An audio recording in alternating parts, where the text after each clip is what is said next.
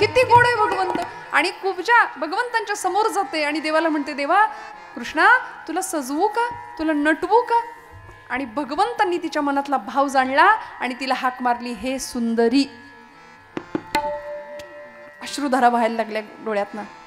अरे देवा, सगळी मथुरा मला मी कुरूप आहे म्हणून कुब्जा म्हणते आणि तुला मी सुंदर दिसले. भगवंतांचं वाक्य आहे, ऐका. भगवंत सांगतात, आपली भारतीय संस्कृती, आपलं अध्यात्म हे बाह्य सौंदर्याला नाही, आत्म्याच्या सौंदर्याला महत्त्व देतं. आम्ही आंतरिक सौंदर्यवान आहोत का याचा ज्याचा त्यांनी विचार करायचा. आमच्या हृदयामध्ये खरंच विकार भरलेत का. ते 6 भाडेकरू आम्ही ठेवलेत प्रत्येकाने. 6 भाडेकरू आहेत, 6 विकार आहेत. हे भाडेकरू हाकलले पाहिजेत, तेव्हा हृदय स्वच्छ होईल, निर्मळ होईल. मग तुका म्हणे, देह नवे मी हे सरे, उरला उरे विठ्ठल. अशी अवस्था प्राप्त होते. मी आणि तो दोन नाही, देव माझ्यात येऊन स्थिरावला आणि मीच देव झालो. ही अनुभूती तुकोबराय घेतायत. म्हणून तर आता म्हणतात, देवा आता अंतर देऊ नकोस, आता माझ्या भावा अंतराय नको देवा. सुदामजींचं उदाहरण दिलं या श्लोकामध्ये. शेवटी सुदाम्यांचा सुद्धा भावच पाहिला भगवंतांनी. आणि एका मित्राने दुसऱ्या मित्राला देताना मी दिलंय हे सांगायचं सुद्धा नसतं, हे सुद्धा सांगितलं. देवानी सांगितलं नाही मी तुझ्यासाठी काय केलंय. सुदाम्यांनी सुद्धा सांगितलं नाही सुदामजींनी की माझ्याकडं काही नाही देवा, दरिद्रावस्था आहे, नाही सांगितलं. पण दोघांनी एकमेकांचा भाव जाणला आणि उत्तम अशी भक्तीची परिणती सुदामजींना मिळाली. तुकोबराय म्हणतात, असा भाव मी तुझ्या चरणावर ठेवलाय ना, आता तुझ्यात आणि माझ्यात अंतर पडू देऊ नको देवा. आता माझ्या भावा अंतराय नको देवा. तू वाट्याला दिलेलं सगळं प्रारब्ध कर्म मी आनंदाने भोगायला तयार आहे. प्रारब्ध माझ्या भाग्यात जे असेल ते मी स्वीकारलं देवा. जे तू मला दिलंस त्याविषयी तक्रार नाही केली. बघा, संतांनी तक्रारी नाही केल्या, तक्रारी तुम्ही आम्ही करतो. संतांनी दंडवत घालून तुमच्या माझ्या कल्याणाची कामना केली, शाश्वत कल्याणाची. तक्रार संतांनी नाही केली, तक्रार कधी भगवंतांनी नाही केली. महापुरुषांनी, क्रांतिकारकांनी कधीच नाही तक्रार केली. आता उद्या 18 तारीख आहे, परवा तिथी आहे फाल्गुन वद्य तृतीयेची. या देशाला हिंदू पदपादशाहीचं साम्राज्य निर्माण करणारे छत्रपती शिवाजी महाराज यांची जयंती सबंध महाराष्ट्रभर आनंदाने आम्ही हा दिवस साजरा करणार आहे. राजांचं नाव घेतलं तरी मुडद्यात सुद्धा प्राण यावा अशी ताकद आहे या नावामध्ये. रक्त सळसळतं आमचं. शिशिस्त वा वात्सल्य जी जिद्द यांचा त्रिवेणी संगम म्हणजे छत्रपती शिवाजी महाराज आहेत. त्यांना घडवणाऱ्या राजमाता आऊसाहेब जिजाबाई, जी जिद्द, ज्या जाज्वल्य देशप्रेम, बा बाणेदारपणा आणि ईश्वरार्पण बुद्धी म्हणजे जिजाबाई आईसाहेब आहेत. एका मातेनी मुलाला कसं घडवावं, किती उच्चतम मूल्य संस्कार प्रदान करावीत याचा जगासमोर आदर्श घालणारी ही मायलेकर आहेत. फक्त अंगावरचं दूध नाही पाजलं, प्रचंड प्रतिकूलतेतनं घडवलं आपल्या राजाला. का आले भागा ते करीतो, पण तुझे नाम उच्चारितो. कारण सामर्थ्य आहे चळवळीचे, जो जो करील तयाचे, परंतु तेथे भगवंताचे अधिष्ठान पाहिजे. लढूनच साम्राज्य मिळवता येईल, त्यागानेच स्वराज्य उभं राहील. भोग असतो तिथे स्वराज्य नसतं. जिथे भोग आहे तिथे नरक राज्य आहे, जिथं त्याग आहे तिथं स्वराज्य आहे. श्रोते हो, आणि असं स्वराज्य 350-400 वर्षापूर्वी या भूमीमध्ये निर्माण केलं गेलं. एका मातेनं आपल्या लेकराच्या डोळ्यामध्ये स्वराज्याचं दिव्य स्वप्न पाहिलं. प्रचंड प्रतिकूलतेतनं राजांना मोठं केलं की ज्या पुण्याच्या आजूबाजूला राख्याचे डोंगर साचलेले आहेत, माणसं परागंदा झालेली, देशोधडीला लागलेली, आपल्याच घरच्या बाया बापड्यांना आपल्या डोळ्यासमोर ओढत आणून, फरफटत आणून अब्रू लुटताना पाहण्यापलीकडं दुसरा इलाज उरला नव्हता. इतकी भीषण परिस्थिती. कित्येक ब्राह्मणी गुजरणी भ्रष्टविल्या, किती एक देशांतरा त्या विकिल्या, किती एक हाल होऊनी मेल्या. असं विलक्षण काळ जो होता, त्या काळामध्ये छत्रपती शिवप्रभूंच्या 5 वर्षाचं वय असताना त्या डोळ्यामध्ये स्वराज्याचं दिव्य अंजन घालणं आणि त्या दृष्टीनं त्याला कार्यप्रवृत्त करणं, हे एका आईनं घडवलेला इतिहास आहे या भूमीमध्ये. म्हणून मी कधी कधी धाडसाने विधान करते, छत्रपती लोकांना वाटतं शंभू महादेवांचा अवतार आहे, पण असं नाही ना झालं. असा देवीला आशीर्वाद दिला, इकडून काहीतरी प्रकाश आला आणि राजे तयार झाले, असं तर नाही झालं. काय कष्ट घेतलेत माझ्या आऊसाहेबांनी, किती झिजल्यात माझ्या आऊसाहेब. तू वाटेल ते कर, वाटेल तसा वाग. नाही आताची आई म्हणते असं. म्हणजे बाळ रडलं की त्या बाळाचा पाळणा टीव्ही समोर येतो. मग आपण तक्रार करतो की पोरगं आमचं बिघडलंय, मोबाईल सोडत नाही. पण आमच्यावर खूप मोठी जबाबदारी आहे. वडीलच जर रोज पानपट्टीवर जात असतील तर मुलगा दुसरं काय करणार आहे? काय जबाबदारी असेल? प्रचंड प्रतिकूलतेतनं स्वराज्याचं ध्येय एकनिष्ठतेने सांभाळलं आणि त्या दृष्टीने प्रवास केला, त्या दृष्टीने वाटचाल केली त्या दिशेने. म्हणून तर स्वराज्यावर आलेली सगळी विघ्न पचवली. आले भागा ते करीतो, तुझे नाम उच्चारितो. तुकोबरायांना गुरुस्थानी छत्रपती शिवप्रभू समजतात, मानतात आणि महाराज भक्ती आणि शक्तीचा सुरेख संगम राजांच्या जीवनामध्ये भरतात. इकडे समर्थ राष्ट्रगुरु समर्थ रामदास स्वामी राजांना क्षात्र तेजाचं उत्तम स्फुल्लिंग त्यांच्या जीवनामध्ये प्रज्वलित करतात. राजे मोठे होतात, अनेक संकट स्वराज्याच्या दिशेने चालून येतात. अफजल खान नावाचं क्रूरकर्मा पठाण प्रतापगडाच्या दिशेने येतो ना, त्यावेळी आदिलशहाच्या दरबारामध्ये चांदीच्या तपकातला तो विडा उचलतो आणि बडी बेगम साहिबाला तो अफजल खान सांगतो कि मैं शिवाजी को पकड़ के लाऊंगा, शिवाजी को पहाड़ का चूहा है उसे यूं पकड़ के लाऊंगा. बड़ी बेगम साहिबा म्हणते ना, चूहे को पकड़ने के लिए कितनी फौज चाहिए? तो अफजल खान म्हणतो, यू ही कोई 20-22 हजार, 22,000 उंदरासाठी, तेवढंच घोडदळ, तेवढंच हत्तीदळ, तेवढंच पायदळ, किती वर्ष चालेल म्हणाले मोहीम? अफजल खान म्हणतो 3 बरस तक चलेगी ये हमारी मोहीम. त्याचं त्यालाच खात्री नव्हती की मी राजाला मारू शकेन की नाही. पण ज्यावेळी अफजल खान नावाचा क्रूरकर्मा पठाण महाराष्ट्राच्या दिशेने येतो आणि हिंदूंच्या भावना दुखवण्याकरता तुळजाभवानीला हात घालतो, कारण ही भवानी राजाला ताकद देते ना, मग हिला फोडली पाहिजे म्हणून आपल्याच लोकांना सांगून देवीच्या गंडकी शिळेची मूर्ती आणायला लावतो. घाण घातला जगदंबेवरती, खाडकन मूर्ती आपटली, ठिकऱ्या झाल्या आमच्या आई जगदंबेच्या मूर्तीच्या. जाती घेऊन माणसं बोलवली होती, भरडली माती, रांगोळी केली आणि प्रांगणात पसरली. आणि अफजल खान म्हणतो, मैंने परमात्मा की मिट्टी बनाई है कोई मई का लाल जो मिट्टी से परमात्मा को फिर से पैदा कर सके. आता छत्रपती शिवप्रभू विचार करतात, काही नाही मला जमतच नाही, आता मी जातो. असं जर राजे म्हणले असते तर तो आत्मघात ठरला असता. पण राजांना कृष्ण नीती माहिती होती. प्रचंड संयमाने निर्णय घेतले. जगदंबेवर घण घातला हे कळालं, किती यातना झाल्या असतील, सगळं सहन केलं. आले भागा ते करीतो. पण आई वचन दिलं तुळजाभवानीला, तुझ्या अपमानाचं उसनं फेडल्याशिवाय जाणार नाही, पंढरपूरच्या पांडुरंगाचं उसनं फेडल्याशिवाय इथून जाणार नाही, हे वचन द्यावं. आणि तो अपमान, ते उसनं फेडण्याकरता संयम राखला. अफजल खानाला स्वराज्याच्या टप्प्यामध्ये प्रतापगडाच्या पायथ्याशी आणलं. पण अफजल खानाच्या मोहिमेवर जाताना काय भाग्य आहे श्रोते हो, ऐका. आपण अफजल खान वधाची कथा नेहमी ऐकता, पण आपल्याला ही गोष्ट बऱ्याचदा ज्ञात नसते की यावेळी जिजामाऊलींचा निरोप राजे घेत होते. त्यावेळी जिजामातोश्री सांगतात, राजा प्रसंग बाकाय, जीवावर उदार होऊन तुला लढावं लागेल शिवबा. आता तुमच्या पश्चात स्वराज्याची ही ठिणगी जी पडली आहे ना, ती प्रज्वलित होत राहिली पाहिजे. आता इथे स्वराज्य आकाराला येण्यापासून वंचित होता कामा नये. तुमच्या पश्चात सुद्धा स्वराज्याचं काम टिकलं पाहिजे, वाढलं पाहिजे चंद्राच्या कलेप्रमाणे.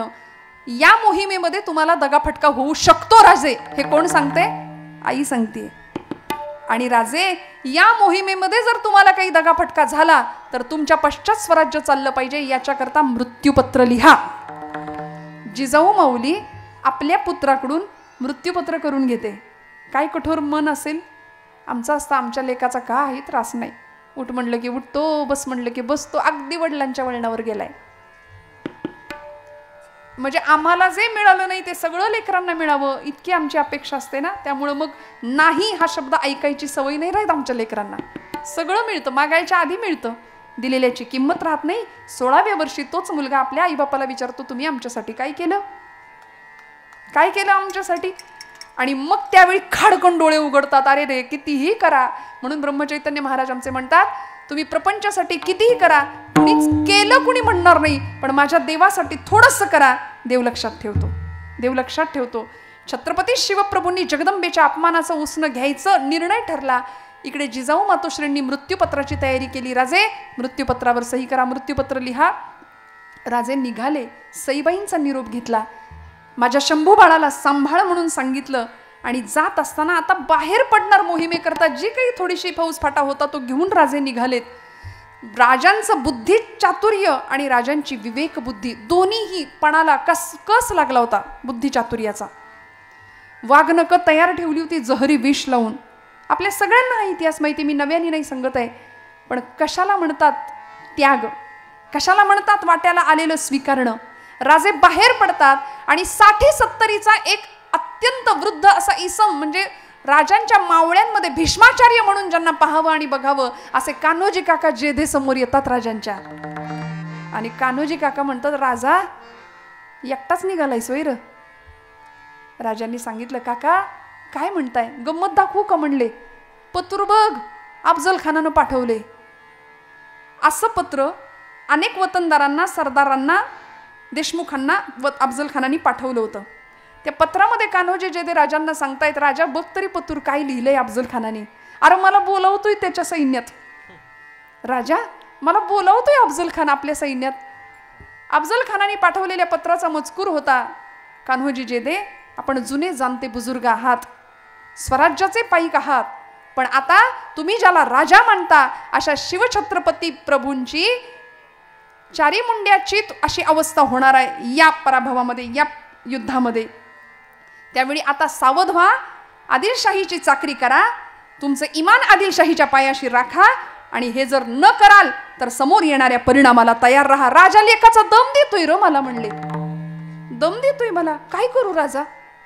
छत्रपती शिवप्रभू 27-28 वर्षाचं वय आहे, कान्होजी जेधे 60-70चं वय आहे.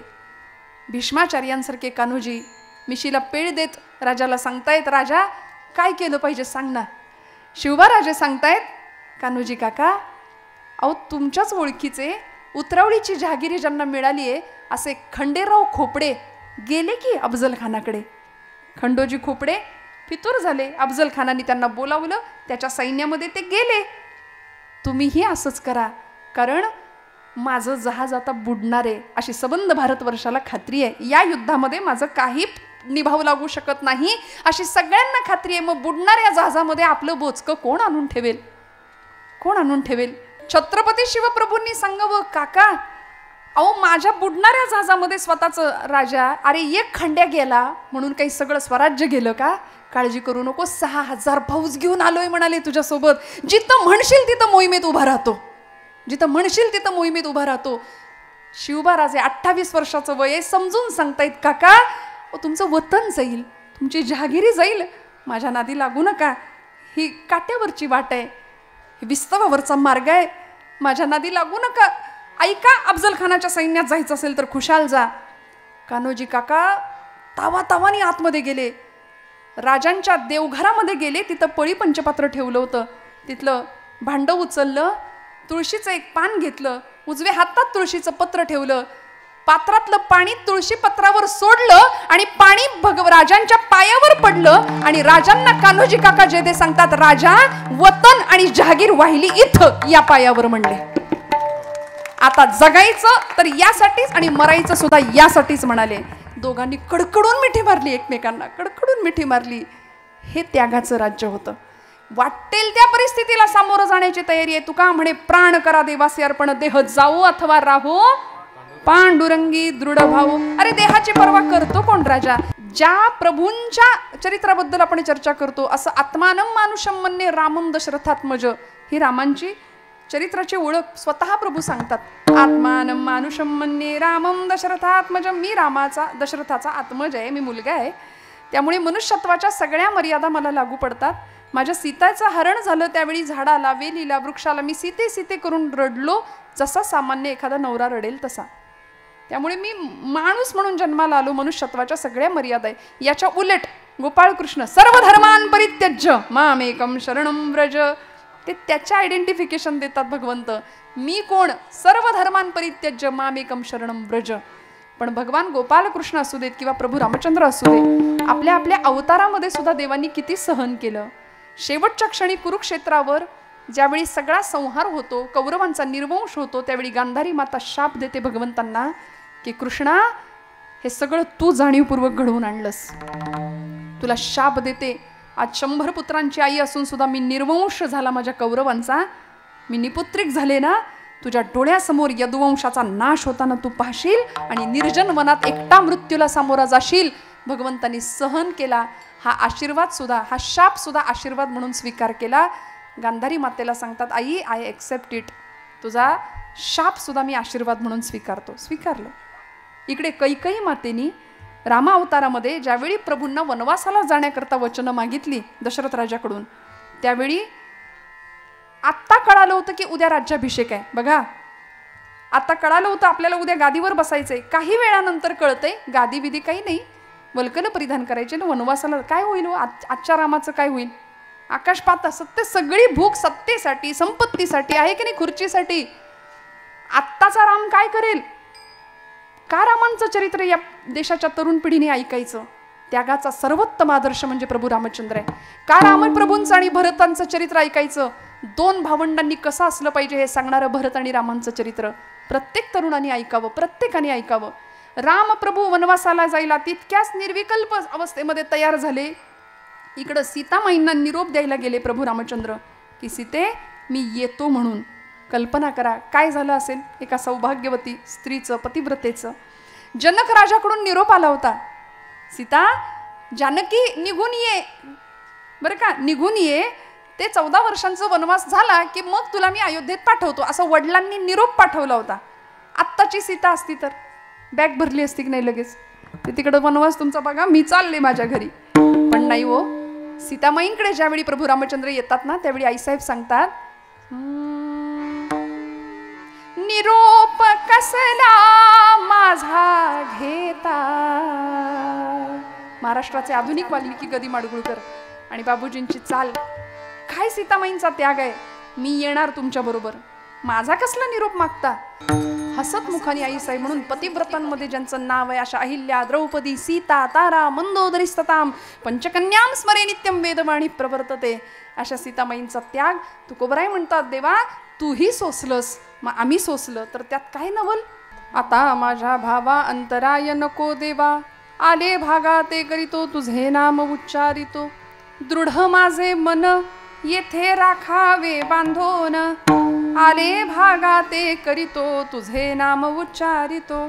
तुकोबरायांनी मागणी मागितली, देवा सगळं मान्य, मी तुझ्या चरणी भाव स्थिर केला, पण माझं मन नावाचं जे प्रकरण आहे ते इतकं नष्ट भ्रष्ट कुलिष्ट आहे, ते सगळीकडे धावतं पण इकडे येत नाही.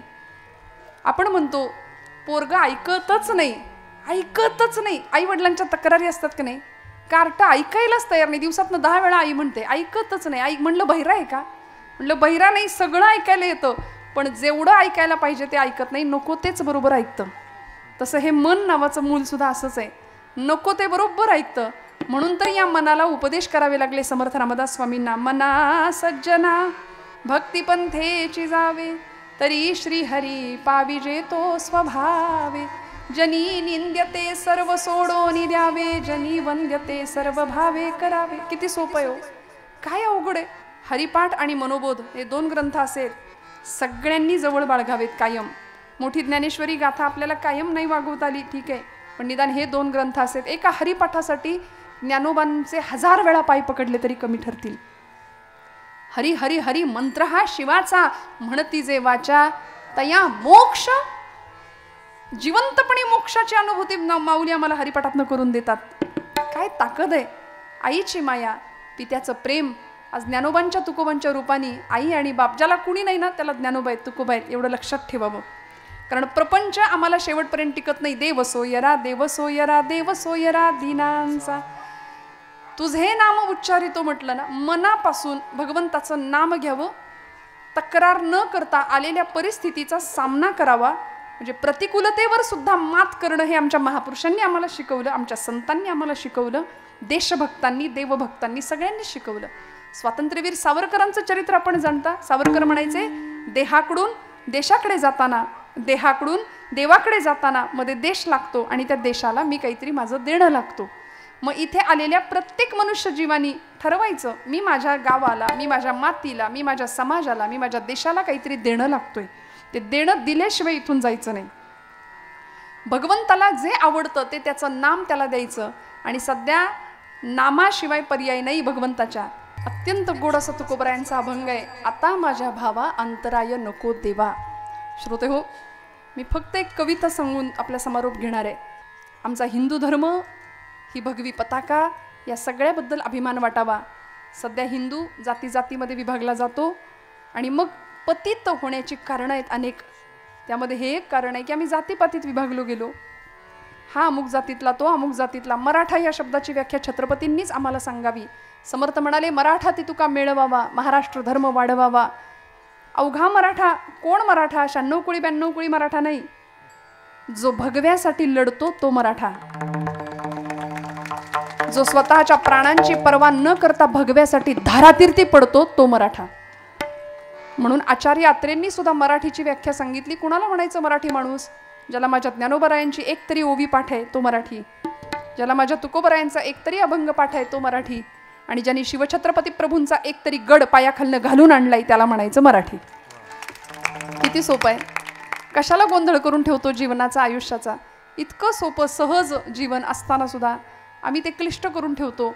नको त्या वादामध्ये अडकतो. वादापेक्षा संवादामध्ये राहावं, चांगलं ऐकावं, चांगलं श्रवण करावं आणि जीवनाचा उत्कर्ष एका छान दिशेने आमचा घडावा. आमच्या येणाऱ्या पिढीसाठी उत्तम आदर्श तयार व्हावेत आणि येणाऱ्या पिढीने सुद्धा आदर्श म्हणून उत्तमांनाच स्वीकार करावं. कारण आता कुणाकडे बघून जीवन वाट चालावी असं विचारावं तरुण पोरांना तर पटकन मनात एखाद्या हिरोईनचं नाव येतं, एखाद्या हिरोचं नाव येतं. प्रोफाईल पिक्चरवर, डीपीवर अशी चित्र लागतात. मदर डे, फादर डे आला की तेवढ्या पुरते आईवडील आठवतात. अंतःकरणाच्या प्रोफाईलवर रोज आईचा फोटो असावा, रोज बापाचं चित्र असावं. 500 किलोमीटरवरच्या एखाद्या मित्राला गुड मॉर्निंगचा मेसेज आपण पटकन रिप्लाय करतो, पण घरात असलेल्या आईचा चेहरा सुद्धा आम्ही दिवस दिवस पाहत नाही. या जगातलं सगळ्यात सुंदर स्त्री कोण असा जर प्रश्न विचारला ना माझ्या तरुण भावंडांना, मी सांगेन की माझ्या आई इतकं जगात सुंदर कुणीच नाही. हे छाती ठोकपणे सांगा, कुणीच असू शकत नाही. मगाशी म्हटलं ना आत्मिक सौंदर्य. आई 4 पुस्तकं कमी शिकलेली असेल पण ती अडाणी कधीच नसते, कारण अनुभवांचं अख्खं विद्यापीठ तिच्या रूपाने आपल्या घरात वावरत असतं. म्हणून जिजामातांकडे पाहायचं, म्हणून छत्रपतींचं जीवनचरित्र अनुभवायचं. आणि खरं सांगू का, ज्यांना आम्ही आपलं म्हणतो, प्रपंच करायचा नाही का? उत्तम करायचा. आपली कर्तव्य पार पाडायची नाहीत का? उत्तम पाडायची. पण जीवनाचा अत्यंत कटू असलेलं एक सत्य एका कवितेच्या माध्यमातून सांगून मी आपला समारोप घेणार आहे. खूप गोड कविता आहे. कन्या स्नुषान रूपाची प्रत्यक्ष राम भार्या, पिचली क्षणाक्षणाला कारुण्यरूपी सीता. बघा, कितीही मोठा राजा असू दे, रंक असू दे, भाग्य कुणालाही चुकत नाही. जे प्रारब्धात आहे ते भोगावं लागतं. कन्या स्नुषान रूपांची प्रत्यक्ष राम भार्या, पिचली क्षणाक्षणाला कारुण्यरूपी सीता. कामी तिच्यान आले सामर्थ्य राघवांचे, प्रत्यक्ष वेळ येता कोणी नसे कुणाचे. प्रत्यक्ष वेळ येता कोणी नसे कुणाचे. ऐका बरं. त्यागुनी सूर्यपुत्रा कुंती पुन्हा कुमारी, कर्णास अनुज माता सारेच जन्म वैरी. कौतुक का करावे त्या रक्तबंधनांचे, प्रत्यक्ष वेळ येता कोणी नसे कुणाचे. केली द्युतात उभी साक्षात कृष्ण भगिनी. पांचाली होती, याज्ञसेनी होती, द्रुपद राजकन्या होती, पण काय वाट्याला आलं? केली द्युतात उभी साक्षात कृष्ण भगिनी. सम्राट पांडवांची रानावनात राणी. पती 5 देव बंधू तरी भोग हे तियेचे, प्रत्यक्ष वेळ येता कोणी नसे कुणाचे. बरं का? ठेवू नको अपेक्षा असल्या जगाकडूनी, निरपेक्ष आचरी तू कर्तव्य प्रेम दोन्ही. मग चालू दे सुखाने अवहेरणे जगाचे, प्रत्यक्ष वेळ येता कोणी नसे कुणाचे.